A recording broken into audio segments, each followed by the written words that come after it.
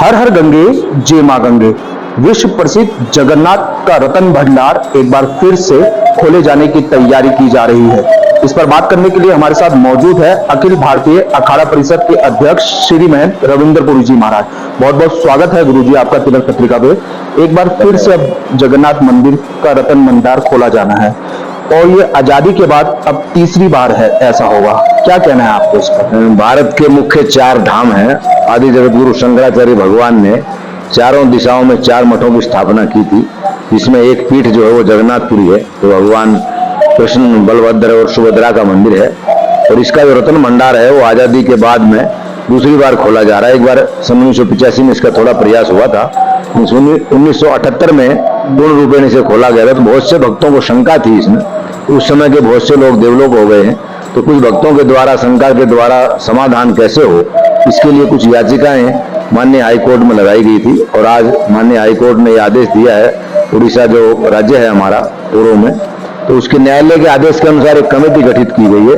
इसमें भगवान के जो श्रृंगार का सामान है धातुओं से बना हुआ, हीरे जवाहरात मणि माणिक के जो भी है, उसमें सोने चांदी से जो रतन जड़ित सिंहासन, मुकुट, भगवान की मालाएं, तो क्योंकि बहुत प्राचीन मंदिर है और राजाओं का एक परंपरा रही थी, जब भी वो राजा कोई शुभ काम करते थे या कोई पुत्र पैदा होता था या कहीं विजय प्राप्त करके युद्ध से आते थे, तो भगवान को कुछ ना कुछ अर्पण करते थे।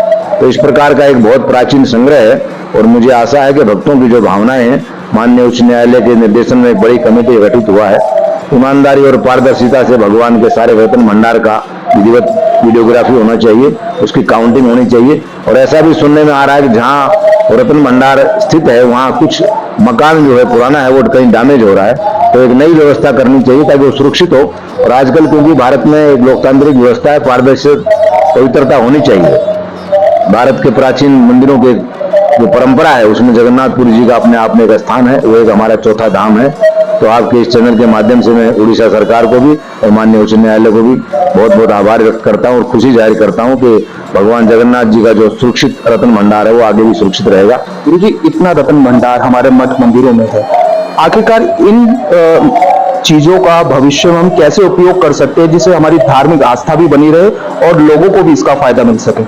आपत्ति काले मर्यादा नास्ति, भगवान कृष्ण ने गीता में कहा है। तो ये रतन भंडार वास्तविकता में राजाओं के द्वारा, भक्तों के द्वारा जो भगवान को भेंट रूप में धन का संग्रह किया जाता है। अगर राष्ट्र पर कभी धर्म पर विपत्ति आती है तो भगवान से उसको हम अपने भिक्षा में ले करके, भगवान से याचना करके उसको ले करके राष्ट्र हित में, धर्म हित में यूज कर सकते हैं। और जब वापिस संपन्नता आती है तो भंडार में वापस डाला जा सकता है। ऐसा बहुत से मंदिरों का उदाहरण है। तो ये अपने आप में राष्ट्र की एक सुरक्षित धरोहर है और ये सुरक्षित और संरक्षित रहनी चाहिए।